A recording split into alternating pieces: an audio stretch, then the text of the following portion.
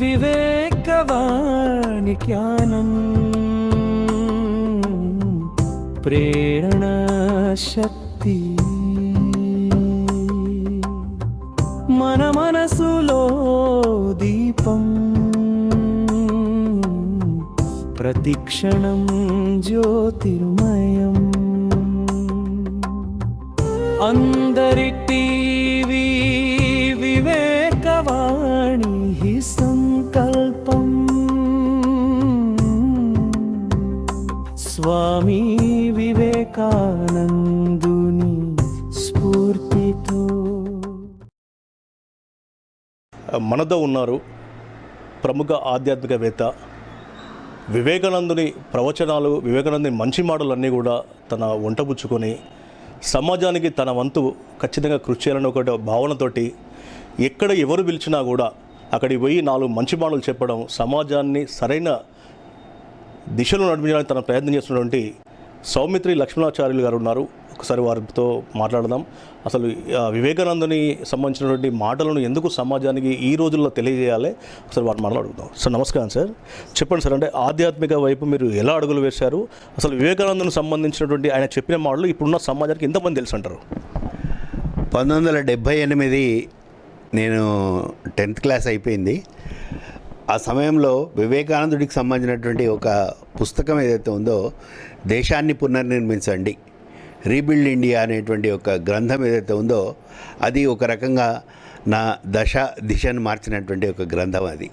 అది చదివిన తర్వాత ఈ దేశాన్ని పునర్వైభవానికి తీసుకురావడానికి ఆయన పడినటువంటి ఒక తపన, ఆయన ఇచ్చినటువంటి ఒక మోడల్ ఏదైతే ఉందో, అది నాకు అర్థమైన తర్వాత ఆ కన్యాకుమారికి వెళ్ళి అక్కడ ఉన్నటువంటి ఒక వివేకానందుడి యొక్క శిలా స్మారక కేంద్రం లోపల వారు ఎక్కడైతే డిసెంబర్ 24, 25, 26 రోజు అక్కడ కూర్చొని తపస్సు చేశారో, భారతదేశం యొక్క పాస్ట్, భారతదేశం యొక్క వస్తుస్థితి, భారతదేశం యొక్క ఫ్యూచర్, రాబోయేటువంటి రోజులలో భారతదేశం ఏ విధంగా ప్రపంచానికి ఒక విశ్వగురువుగా మారబోతుంది అనేటువంటి ఒక నగ్న సత్యాన్ని వారు వారి మనఃపలకం మీద ఆవిష్కరించుకున్న తర్వాత ఆకాశవాణి, శరీరవాణి ఇచ్చినటువంటి పిలుపు మేరకు వారు 11 సెప్టెంబర్ 1893 ప్రపంచ మత మహాసభల్లో వెళ్ళి అక్కడ పాల్గొన్నటువంటి ఒక అంశం చూస్తే చాలా ఆశ్చర్యం వేస్తుంది. వివేకానందుడు మాట్లాడినటువంటి పదాలు కేవలం 5 పదాలు. Sisters and brothers of America, అంటే ఓ అమెరికాలో ఉండబడేటువంటి నా సోదర సోదరీమణులారా.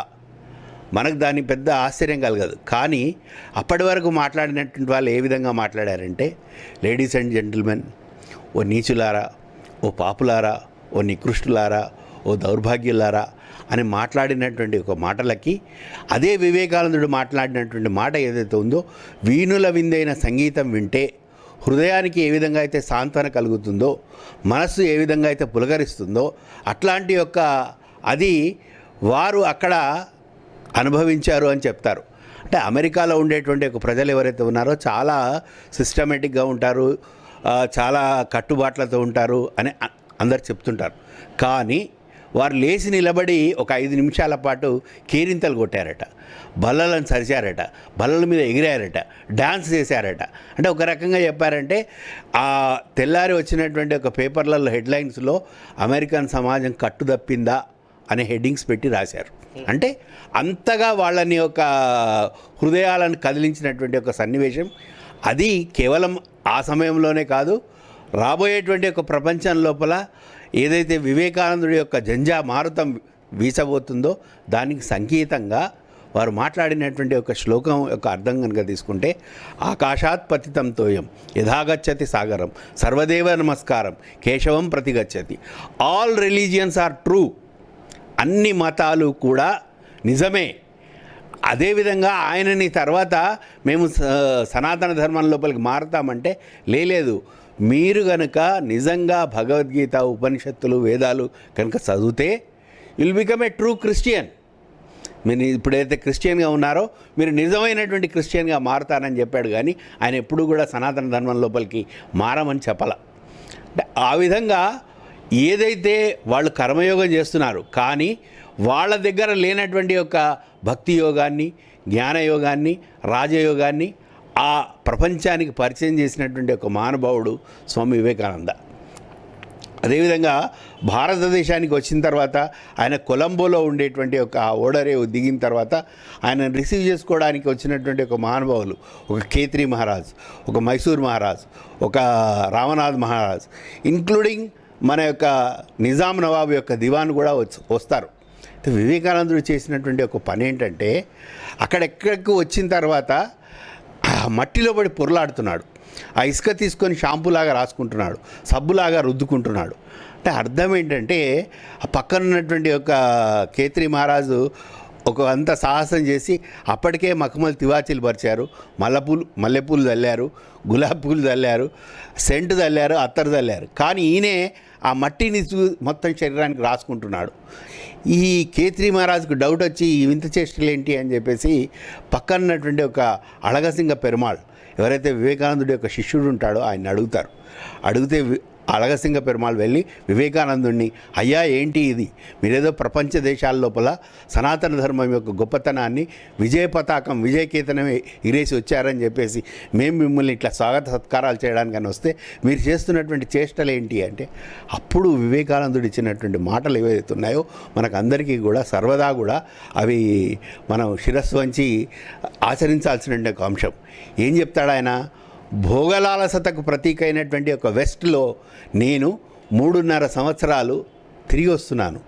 నా శరీరానికి కానీ, నా మనస్సుకు కానీ, నా యొక్క చిత్తానికి కానీ, నా అహంకారానికి కానీ, నా దేహానికి కానీ, నా మెదడుకు కానీ ఎక్కడైనా కూడా ఏ రకమైన మాలిన్యం అంటినా ఆ మాలిన్యాన్ని తీసేటువంటి ఒక శక్తి ఏదైతే ఉందో నా యొక్క ప్రతి ఇసుక రేణువుకి ఇక్కడ ఉండేటువంటి మట్టి కణానికి ఉంది అని చెప్పాడు. అంత ప్రఖరమైనటువంటి భక్తి, ఆ యొక్క దేశభక్తి భావనని ఆయన ప్రజ్వరింపచేశాడు. కాబట్టే ఆయన ఏ కొలంబా నుంచి అల్మోరా వరకు ఇచ్చినటువంటి ఒక ఉపన్యాసాల యొక్క జరి ఏదైతే ఉందో ఆ వాటి కారణంగా ఇన్స్పైర్ అయినటువంటి ఒక భగత్ సింగ్, ఒక రాజ్గురు, ఒక సుఖదేవ్, ఒక వీరపాండ్య కట్టబ్రహ్మణ, లేదు ఒక రాంప్రసాద్ బిస్మిల్, ఒక అష్ఫకుల్లా ఖాన్, వీళ్ళందరూ కూడా వారు చెప్పినటువంటి యొక్క ప్రవచనాలని ఆధారంగా దేశం లోపల దేశభక్తి భావనను పెంచి ఈ దేశ స్వాతంత్రానికి కావాల్సినటువంటి ఒక ఆత్మ గౌరవాన్ని, ఆత్మవిశ్వాసాన్ని నింపినటువంటి ఒక మహానుభావుడు స్వామి వివేకానంద. ఎందుకు చెప్తున్నాను ఈ అంశాలంటే, గాంధీ గారిని అడుగుతారు, ఏమని అడుగుతారు, మీరు వివేకానందుడి గురించి చెప్పండి అంటే, నాకు భారతదేశం పట్ల చాలా ప్రేమ ఉంది, చాలా భక్తి ఉంది, చాలా గౌరవం ఉంది. కానీ వివేకానందుడి యొక్క రచనలు, ప్రసంగాలు విన్న తర్వాత, చదివిన తర్వాత నాకు ఈ భారతదేశం పట్ల నాకు ఉండబడేటువంటి ఒక ప్రేమ, అభిమానం ఏదైతే ఉందో 1000 రెట్లు పెరిగిందని చెప్పాడు.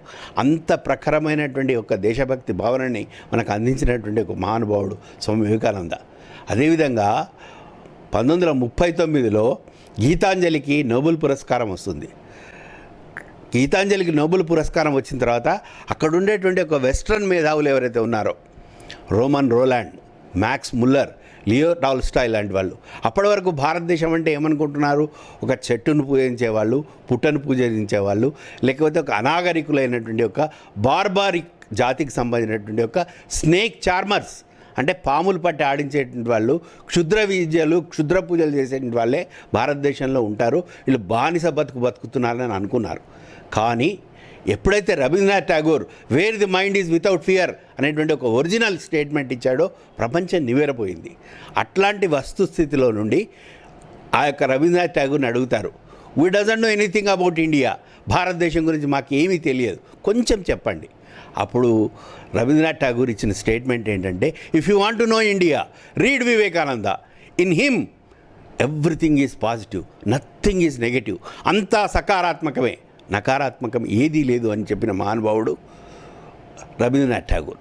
ఎందుకు చెప్తున్నాను ఈ అంశాలన్నీ అంటే, మన దేశానికి స్వాతంత్రం తీసుకురావడానికి ముజే ఖూన్ దేవ్ మై తుజే ఆజాదీ దిలావుంగా అని క్లారియన్ కాల్ ఇచ్చినటువంటి ఒక సుభాష్ చంద్రబోస్, మీ రక్తాన్ని ధారవేయండి, నేను మీకు స్వేచ్ఛా స్వాతంత్రాలు ప్రసాదిస్తాను, give me blood I will give you independence అని చెప్పిన సుభాష్ చంద్రబోస్ని అడుగుతారు, ఒకవేళ స్వాతంత్రం వచ్చిన తర్వాత మీరు ప్రధానమంత్రి అవుతారా, రాష్ట్రపతి అవుతారా, సుప్రీంకోర్టు న్యాయమూర్తి అవుతారా, త్రివిధ దళాలకు అధిపతి అవుతారా అని అడిగితే సుభాష్ చంద్రబోస్ చెప్పినటువంటి ఒక అంశం ఏంటంటే, నేను దేశానికి స్వాతంత్రం వచ్చిన తర్వాత ఒకవేళ వివేకానందుడు కనుక బతికున్నట్టయితే వారి పాదాల చెంత వారికి సేవ చేసుకునేటువంటి ఒక భాగ్యం కల్పించమని నేను భారతిని కోరుకుంటానని చెప్పాడు. అంటే ఎందుకు చెప్తున్నాను ఈ అంశాలంటే, వివేకానందుడు ఇచ్చినటువంటి ఒక చివరి క్లారియన్ కాల్ ఏంటంటే, రాబోయేటువంటి ఒక 1500 సంవత్సరాలకు కావాల్సినటువంటి ఒక విజ్ఞానాన్ని నేను పంచిపెట్టి వెళ్తున్నాను. మీరు నన్ను సశరీరంగా నేను లేకపోవచ్చు, I'm a voice without a form. నా వాణి ఏదైతే ఉందో రాబోయే రోజుల లోపల యువకుల యొక్క హృదయాలలో, యువకుల యొక్క చెవులలో రింగుమంటూ వాళ్ళని మళ్ళీ భారతదేశాన్ని ఒక విశ్వగురువుగా చేసేటువంటి ఒక స్థితికి తీసుకువెళ్తుంది అని చెప్పేసి చెప్తాడు. అందుగురించే ఒక సోదరి నివేదిత, ఇట్లా ఎంతోమంది విదేశీ వనితలు ఎవరైతే ఉన్నారో ఆయన ఇచ్చినటువంటి ఒక స్ఫూర్తి కారణంగా, ఆయన చూపినటువంటి ఒక చొరవ కారణంగా భారతదేశానికి వచ్చి భారతదేశ స్వాతంత్ర సంగ్రామం లోపల ఒక అనీ బెసెంట్ కావచ్చు, లేకపోతే ఒక ద మదర్ కావచ్చు, ఇట్లాంటి వాళ్ళు ఎంతోమంది కూడా భారతదేశం యొక్క స్వాతంత్రం గురించి ఆలోచించారు. ఈ మధ్యకాలంలో ఒకసారి వివేకానందుని అడుగుతారు, మీరు దేశానికి స్వాతంత్రం గురించి పాటుపడవచ్చు కదా అని చెప్పేసి. అప్పుడు వివేకానందుడు చెప్తాడు, దేశం ఎందుకు స్వాతంత్రం కోల్పోయింది, సో కోల్పోయినటువంటి యొక్క అంశాలని కనుక మనం సరి చేసుకోకుండా మనం మళ్ళీ తిరిగి స్వాతంత్ర యుద్ధం లోపల పాల్పంచుకోవడం కాదు, మన దేశం ఏదైతే ఉందో కొన్ని అరాచకాలు, అకృత్యాలు, కొన్ని ఏదైతే సాంఘిక దురాచారాలు చేసిందో ఆ దురాచారాలన్నింటినీ కూడా మనం సరి చేసుకున్నట్టయితేనే మళ్ళీ ఈ దేశానికి పునర్వైభవ స్థితి వస్తుందని చెప్తారు. అట్లాంటి స్వామి వివేకానంద గురించి చిట్ట చివరి అంశం ఏంటంటే, మనందరికీ ఇప్పటికీ కూడా లివింగ్ యోగిలాగా ఉన్నటువంటి ఒక గొప్ప మహానుభావుడు ఎవరంటే అన్నా హజారే. ఆ అన్నా హజారే గారు మిలిటరీలో ట్రక్ డ్రైవర్గా పనిచేస్తారు. మిలిటరీలో డ్రైవర్గా పనిచేసి వారి స్వగ్రామమైనటువంటి ఒక రాలేగాం సింధీకి వస్తారు. వచ్చి ఆ రాలేగాం సింధీలో ఉన్నటువంటి ఒక స్థితిని చూసి ఆయన ఆశ్చర్యపోతాడు. ఎటు చూసినా కూడా విచ్చలవిడితనమైనటువంటి ఒక దరిద్రం, గుట్కా, అదేవిధంగా తాగుడు, జూదం, వ్యభిచారం, రకరకాలైనటువంటి ఒక మాలిన్యాలు, అక్కడ ఉన్నటువంటి ఒక వస్తుస్థితికి అతను చెలించిపోయి విచలితుడైపోయి నేను చనిపోతానని అనుకుంటాడు. ఆత్మహత్య చేసుకుందామని రైల్వే స్టేషన్కి వెళ్తాడు. ఆ రైల్వే స్టేషన్లో అనుకోకుండా ఈయనకి ఒక మరాఠీ పుస్తకం కనబడుతుంది. ఆ పుస్తకం చదివిన తర్వాత చనిపోతా అనుకుంటాడు. ఆ పుస్తకమే ఇప్పుడు నేను చెప్పినటువంటి ఒక రీబిల్డ్ ఇండియా అనేటువంటి ఒక దేశాన్ని పునర్నిర్మించండి. అప్పుడు ఆయన జ్ఞానోదయం కలుగుతుంది. ఈ నా గ్రామాన్ని బాగు చేయాల్సినటువంటి అవసరం ఎవరికో ఎందుకుంది, నేనే నడుము కడతానని చెప్పేసి ఆయన ఏదైతే చొరవ తీసుకున్నాడో ఈరోజు ఆ రాలేగాం సింధీ ఏదైతే ఉందో ఏ రకమైనటువంటి ఒక మధ్యరహితమైనటువంటి ఒక గ్రామంగా, అదేవిధంగా బహిర్భూమి కూడా బయటికి వెళ్లకుండా, అదేవిధంగా అక్కడ థ్రిఫ్ట్ సొసైటీస్ ద్వారా యుఎన్ఓ మెచ్చినటువంటి ఒక వరల్డ్ క్లాస్ మోడల్ విలేజ్గా మార్చారు. దీనికి అందరికీ ఎక్కడి నుంచి వచ్చిందండి ఇన్స్పిరేషన్? స్వామి వివేకానందుడు రాసినటువంటి ఒక ఆ రీబిల్డ్ ఇండియా, దేశాన్ని పునర్మించండి, దేశాన్ని మళ్ళీ ఒక పరమవైభవ స్థితికి తీసుకెళ్ళండి అనేటువంటి ఒక ఆ వాణి ఏదైతే ఉందో, ఆ రైటింగ్స్ ఏవైతే ఉన్నాయో ఇప్పటికీ కూడా చాలామంది ఒక వాళ్ళకి చెప్తారు. అంటే arise, awake, stop not till the goal is reached. ఒక లక్ష్యాన్ని నిర్దేశించుకోండి, ఆ లక్ష్యం చేరే వరకు కూడా విశ్రమించకండి అని చెప్పేటువంటి ఒక ఆయన మాటలు ఏవైతే ఉన్నాయో ఈ రోజుకి కూడా శిరోధార్యమే. కాబట్టి మన దేశానికి సంబంధించినటువంటి యువతే కాదు, ప్రపంచంలో ఉన్నటువంటి ఒక అందరు యువత కూడా ఈరోజు వేదాంత సొసైటీ అనేటువంటి ఒక పేరుతో అనుష్ఠాన వేదాంతాన్ని అనుష్ఠిస్తూ వాళ్ళ జీవితాల లోపల ఒక సక్రమమైనటువంటి మార్గాల్లో నడవడానికి కావాల్సినటువంటి యొక్క శక్తిని, యుక్తిని కూడా వివేకానందుడి రచనలు, వారి యొక్క ప్రసంగాల ద్వారా ప్రేరితమైనటువంటి వ్యక్తులు అనుభవిస్తున్నారు. అట్లాంటి ఒక వివేకానందుడు యొక్క ఏదైతే కళలు కన్నాడో అట్లాంటి ఒక, అంటే ఆయన కన్నటువంటి కళ ఏంటంటే స్ట్రీట్ డాగ్, అంటే ఒక ఊరిలో ఉండేటువంటి ఒక కుక్క కూడా పస్తులు పడుకోవడానికి వీల్లేదు. ఆయనకంటే పెద్ద కమ్యూనిస్టు, ఆయనకంటే పెద్ద సోషలిస్టు, ఆయనకంటే పెద్ద నక్సలైట్ ఎవరు ఉండరు. అంటే ఒక రకంగా చెప్పాలంటే ఆ ఊరి కుక్క కూడా పస్తులు ఉండడానికి వీల్లేదు. అప్పుడు ఈ దేశానికి విముక్తి అని చెప్తాడు. కాబట్టే విద్యాధికులైనటువంటి వ్యక్తులందరినీ కూడా ఆయన హెచ్చరిస్తాడు. మీరు గనుక భారతదేశానికి సంబంధించినటువంటి యొక్క ఏదైతే పన్నుల ద్వారా చదువుకొని మీరు విదేశాలకు వెళ్తే వెళ్ళండి, కానీ మీ శక్తి యుక్తి అన్నీ కూడా ఈ దేశం యొక్క అభ్యున్నతి గురించి, ఈ దేశం యొక్క పురోభివృద్ధి గురించి, ఈ దేశం యొక్క దానికి ఉపయోగపడాలి అని చెప్తాడు. ఆ విధంగా ఆయన విశ్వమానవ కళ్యాణం గురించి, విశ్వమానవ సౌభ్రాతృత్వం గురించి, అందరూ కూడా విశ్వమానవులందరూ శాంతి సుఖాలతో ఉండాలని ఆయన కోరుకున్నటువంటి యొక్క విశ్వం, అంటే మానవాళికి మేలు చేసేటువంటి యొక్క విశ్వం ఆవిష్కరింపబడాలని మనసా వాచ కర్మణ కూడా ఆ వివేకానందుల వారి యొక్క ఆశయాలన్నీ కూడా నెరవేర్చడానికి మనమందరం కూడా కంకణబద్ధలం కావాలని చెప్పేసి కోరుకుంటున్నాను, వేడుకుంటున్నాను, ప్రార్థిస్తున్నాను.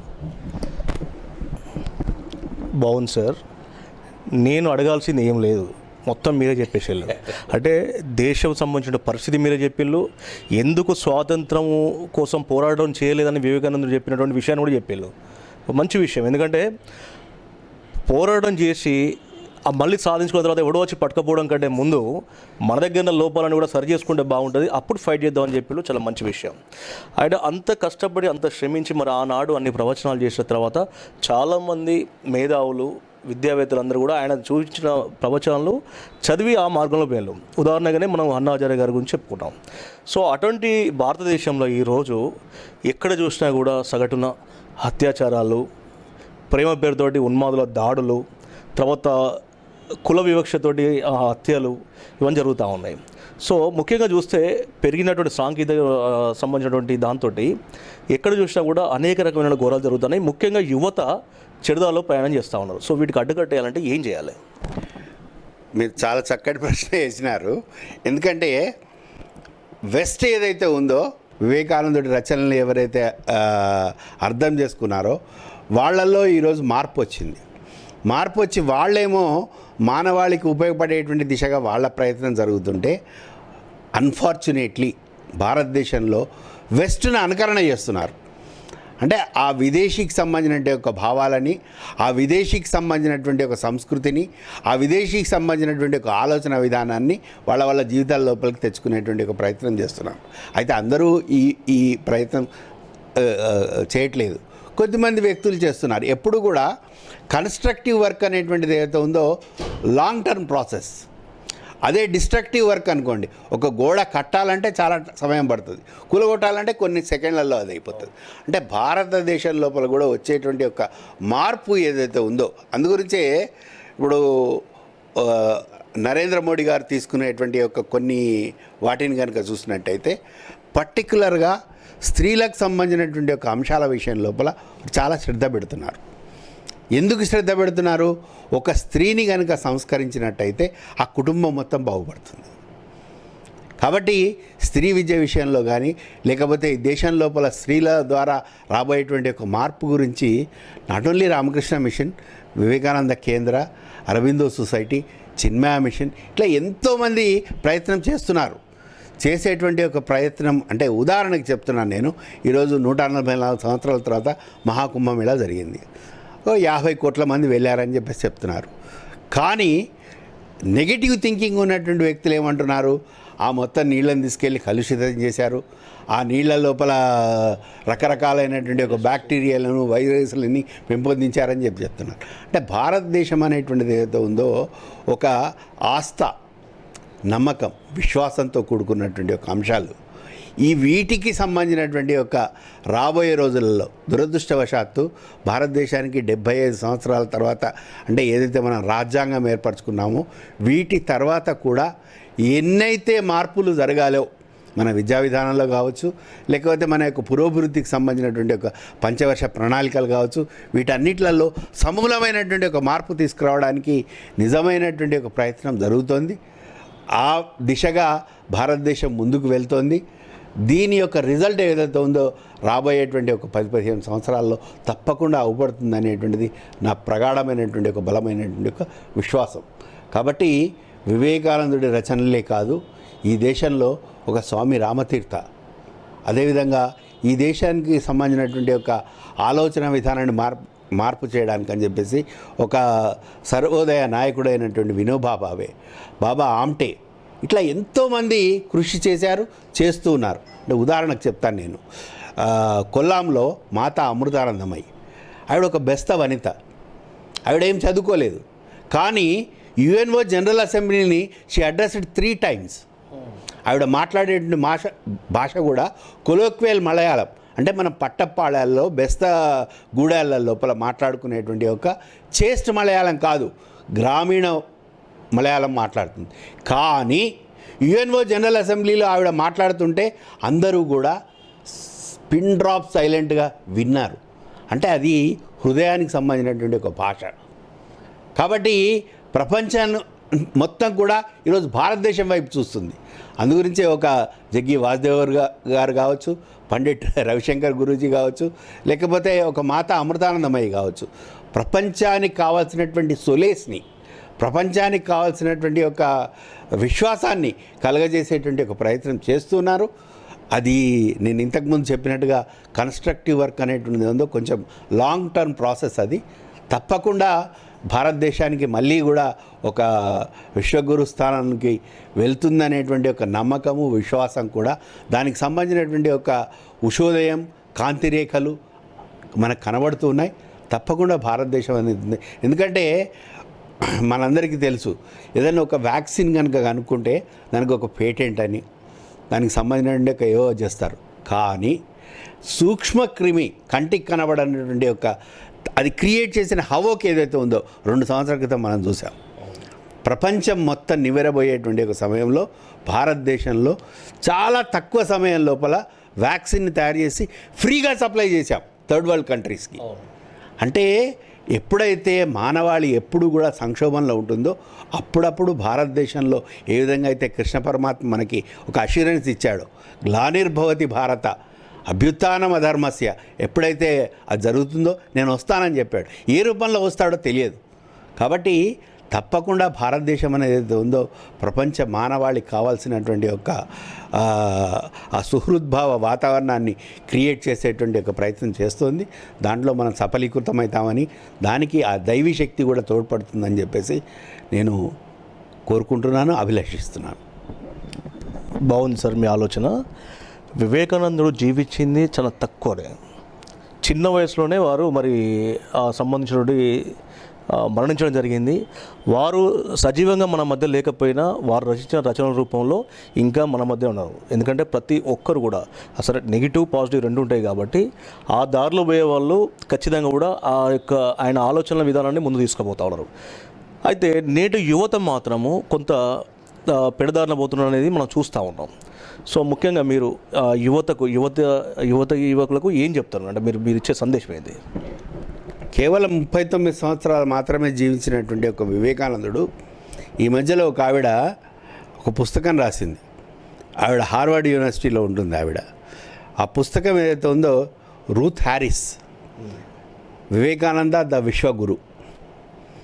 ఆవిడ ఏం చెప్పిందంటే భారతదేశంలో ఉన్నటువంటి ఒక వ్యక్తుల ఆధారంగా ఏ స్వామి వివేకానంద అయితే ప్రపంచానికి ఒక మార్గదర్శనం చేశాడో ఆ బాటలో వెళ్ళనటువంటి కారణంగా ఈరోజు ప్రపంచ పురోభివృద్ధి కుంటుపడింది.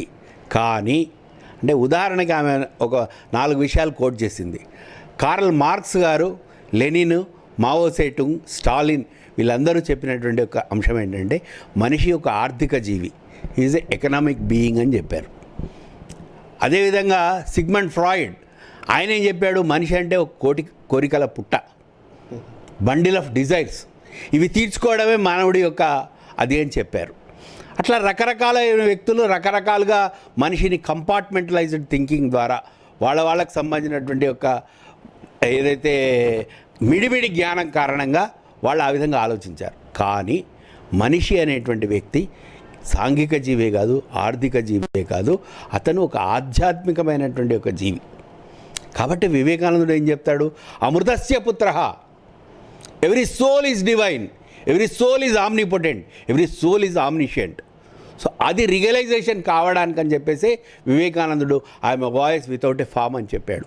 కాబట్టి ఈరోజు ప్రపంచం గుర్తించింది వివేకానందుడిని. ఆవిడేం చెప్తుంది, Vivekananda is the world guru, విశ్వగురు అని చెప్పేసి చెప్తుంది. ఆవిడ చెప్పినటువంటి ఒక అంశం చూస్తే ఆశ్చర్యపోతాం మనం.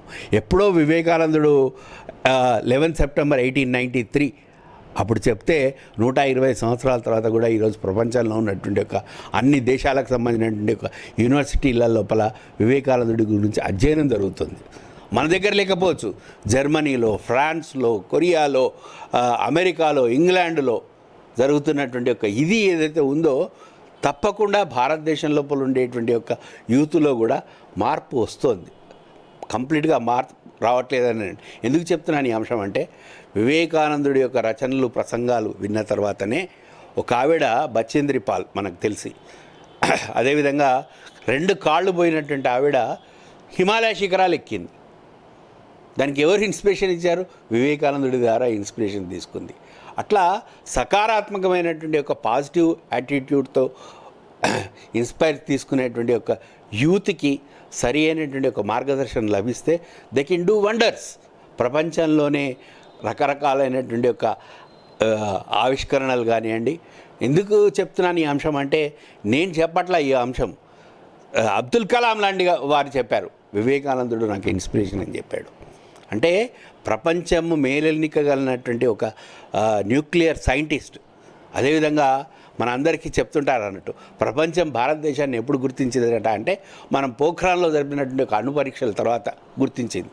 అంటే రామ్ రహీం రాబర్ట్, అదేవిధంగా మన అందరికీ తెలుసు ఒక అటల్ బిహారీ వాజ్పేయి గారు, ఒక జార్జ్ ఫెర్నాండెజ్, ఒక అబ్దుల్ కలాం గారు, ముగ్గురు బ్యాచిలర్సే, ముగ్గురు కూడా బ్రహ్మచారులే. కానీ ఒక టీమ్ స్పిరిట్ లాగా వర్క్ చేయడం కారణంగా ప్రపంచానికి వాళ్ళు ఒక దిశని కూడా నిర్దేశించారు. అంటే అణు శక్తి కలిగి ఉండడం అనేటువంటిది ఏదో మానవాళికి ఒక దానిని ఏ విధంగానైనా ఉపయోగించవచ్చు. కత్తిని ఒక సర్జన్ చేతిలో పడితే మంచి సర్జరీకి ఉపయోగపడుతుంది. అదే ఒక దొంగ, ఒక హత్యారి చేతిలో పడితే అది వేరే రకంగా ఉపయోగపడుతుంది. కానీ ఆ అణుశక్తిని ప్రపంచ మానవాళికి ఉపయోగించాలనేటువంటి ఒక సత్సంకల్పంతో ప్రపంచానికి కావాల్సినటువంటి ఒక ఆత్మ నిగ్రహం అంటారు, సెల్ఫ్ రిస్ట్రెయింట్ అంటారు, దానిని కూడా చూపెట్టినటువంటి ఒక మహానుభావులకి ఇన్స్పిరేషన్ ఇచ్చినటువంటి ఒక వివేకానందుని కనుక మనం అనుసరిస్తే తప్పకుండా ఈ భారతదేశానికి రాబోయే రోజుల లోపల మంచి ప్రగతికి, సుపరిపాలనకి, అందుగురించే మనం ఏం కోరుకుంటున్నాం, అజేయ భారత్, అమేయ భారత్, ఆరోగ్య భారత్, సశక్త భారత్ కావాలని కోరుకుంటున్నాం. అంటే రోగం లేనటువంటి విధంగా లేదు, శత్రువు కూడా మన దేశం పట్ల కన్నెత్తి చూడలేనటువంటి ఒక స్థితికి స్వచ్ఛ భారత్ రకరకాలైనటువంటి ఒక కార్యక్రమాల ద్వారా ముందుకు వెళ్తున్నాం. అయితే ఈ పేస్ సరిపోదు, దీనిని ఇంకా ద్విగుణీకృతం చేయడానికి, మల్టిప్లై చేయడానికి చేసేటువంటి ఒక ప్రయత్నంలో మనకు శక్తిని, యుక్తిని ఆ భగవంతుడు ఇవ్వాలని చెప్పేసి నేను కోరుకుంటున్నాను. థ్యాంక్ యూ సార్, చాలా చక్కటి విషయాలు చెప్పారు. ఎందుకంటే వివేకానందుడు అంటే ఇప్పటివరకు కూడా కొన్ని స్కూళ్ళల్లో, పాఠ్య పుస్తకాలలో ఉన్నాయి. మేధావులు ఎవరైతే ఉన్నారో విద్యావేత్తలు వారి యొక్క ఆలోచనలు ముందు పోతున్నారు. ఇక కొంతమందికి మాత్రం ఏంటంటే వివేకానందుడి యొక్క వేషధారణ చూస్తే ఆ రోడ్ల మీద పెట్టినట్టు విగ్రహాలు మాత్రమే చూస్తారు తప్ప ఆయన నిగ్రహంగా ఆనాడు ఆయన చెప్పిన ప్రవచనాలు మాత్రం పూర్తి స్థాయిలో వాళ్ళకు చేరాలి. మీరు అన్నట్టుగా ఖచ్చితంగా కూడా భవిష్యత్తులో ప్రతి యువత అందరూ కూడా ఖచ్చితంగా ఆలోచనలు ముందుకు పోవాలి. ఇలా విశ్వగురు కావడానికి అన్ని మన దగ్గర కూడా కొన్ని నెగిటివ్ కారణంగా ఈరోజు మనం వెనకబడిపోయినది మాత్రం నిజం. సో మంచి విషయాలు చెప్పారు. ఖచ్చితంగా కూడా ఈ నేటి సమాజానికి మీ ఆలోచనలు, నాడు వివేకానంద చెప్పినటువంటి ఆ ప్రవచనాలు ఖచ్చితంగా మీరు మళ్ళీ తెలియజేసే విధంగా అందరి టీవీ మిమ్మల్ని కోరుతా ఉంది. So thank you sir. మీరు ఒక చివరి అంశం ఏంటంటే, మన పాలకులు ఎవరైతే ఉన్నారో దాన్ని ఆలోచించే 12 జనవరిని యూత్ డేగా, యువజన దినోత్సవంగా ప్రకటించారు. అంటే వివేకానందుడిని ఒక ఐకాన్గా తీసుకున్నారంటేనే ప్రపంచం ఏదైతే ఉందో, అంటే భారతదేశం ఏదైతే ఉందో, ఈరోజు ప్రపంచం యోగాని గుర్తించింది.